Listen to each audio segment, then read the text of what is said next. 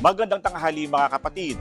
Isang debutante sa Cebu ang humingi ng 18 biik para sa kanyang 18th birthday o debut. Gusto niya kasi na magtayo ng babuyan para gawing negosyo sa kanilang pamilya. Ikaw kapatid, anong hiling mo sa iyong susunod na birthday? Tara samahan niyo ako at magtatanong tayo dito.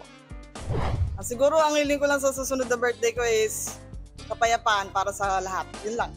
Tahimik, peaceful na pamumuhay. Peace of mind. Kasi yun yung mas kailangan natin ngayon eh. Peace of mind, tsaka more on think positive. Siyempre po, yung maging malusog kaming buong pamilya, walang sakit, at maging masaya ang buhay.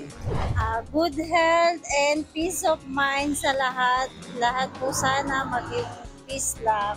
Walang away, walang gulo. Good health and long life. Tsaka sana po makarating uli ako dito.